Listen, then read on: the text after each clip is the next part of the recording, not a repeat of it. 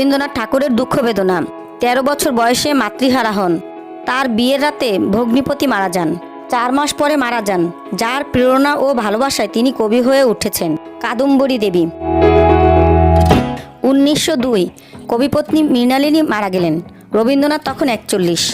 2 মেয়ের বিয়ের সময় শর্ত ছিল জামাইদের ব্যারিস্টারি ও ডাক্তারি পড়াতে বিলেত পাঠালেন। কিন্তু কিছুদিনের মধ্যেই রেণুকা অসুস্থ হয়ে পড়লেন। বাঁচানো গেল না তাকে। 1905 সালে চলে গেলেন পিতা মহর্ষি দেবেন্দ্রনাথ ঠাকুর। 1907 কনিষ্ঠ পুত্রের বয়স 12 বছরে কলেরায় মৃত্যু। 1913 রবীন্দ্রনাথ নোবেল পেলেন। 1918 বড় মেয়ে বেলি অসুস্থ। বেলিকে প্রতিদিন গাড়িতে করে দেখতে যেতেন কবি। বাবার হাত ধরে মেয়ে বসে থাকতো বিছানায়। আর তখন রবীন্দ্রনাথের জামাই টেবিলের ওপর পা তুলে সিগারেট খেতে খেতে রবীন্দ্রনাথকে ব্যঙ্গ বিদ্রূপ করতেন। একদিন বেলাকে দেখতে গিয়ে মাঝপথে শুনলেন সে মারা গেছে। মেয়েকে শেষ দেখা না দেখে ফিরে এলেন বাড়ি। পুত্র রবীন্দ্রনাথ লিখেছেন, বাড়িতে এসে তিনি কাউকে বুঝতে দিলেন না কি শোকে, কি অপমানে, কি অসহ্য বেদনার মধ্য দিয়ে তিনি সন্তানকে হারিয়েছেন। কবির ছোট মেয়ে মীরার বিয়ে দিয়েছিলেন নগেন্দ্রনাথের সঙ্গে, যাকে বিলেতে কৃষি বিজ্ঞানী করার জন্য প্রতি মাসে সেই সময় 500 টাকা করে পাঠাতেন। আর নগেন্দ্র চিঠি লিখে আরও টাকা পাঠানোর তাগাদা দিতেন।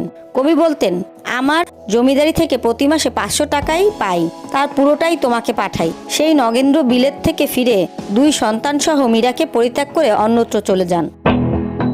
কবির 3 জামাই, যাদের প্রত্যেককে বিদেশে পড়িয়ে তিনি প্রতিষ্ঠিত করেছেন, তারা প্রত্যেককেই কোনো না কোনোভাবে কবিকে দুঃখ দিয়েছেন। কবির নোবেল প্রাপ্তি নিয়েও কিছু লোক তাকে ব্যঙ্গ করেছিলেন। চিঠি লিখে কবির কাছে জানতে চাইছেন নোবেল পুরস্কার পাওয়ার টেকনিক। পুরস্কার প্রাপক কবিকে অর্ধেক টাকা দিতেও রাজি।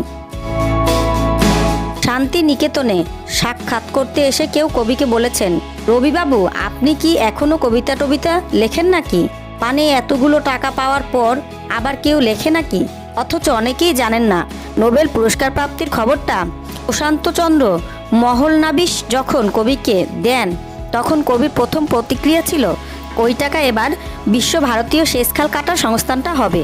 যারা কবি বা লেখক তারা সকলেই সমাজের কাছে একটা স্বীকৃতি চায়। রবীন্দ্রনাথ বহুদিন সেটা বাঙালি সমাজের কাছে পাননি। তাই নোবেল পুরস্কার পাওয়ার পর তাকে যখন সংবর্ধনা দেওয়া হয়, তখন তিনি বলেন, আমি এই সম্মানের পাত্রকে ওষ্ঠ পর্যন্ত তুলব, কিন্তু গলা পর্যন্ত যেতে দেব না। কত বড় অভিমান ও দুঃখ থাকলে এই কথা বলা যায়। রবীন্দ্রনাথ নিজেই বলেছেন, পৃথিবীতে এসে যে ব্যক্তি দুঃখ পেল না, সে লোক ঈশ্বরের কাছ থেকে সব পাওয়া পেল না।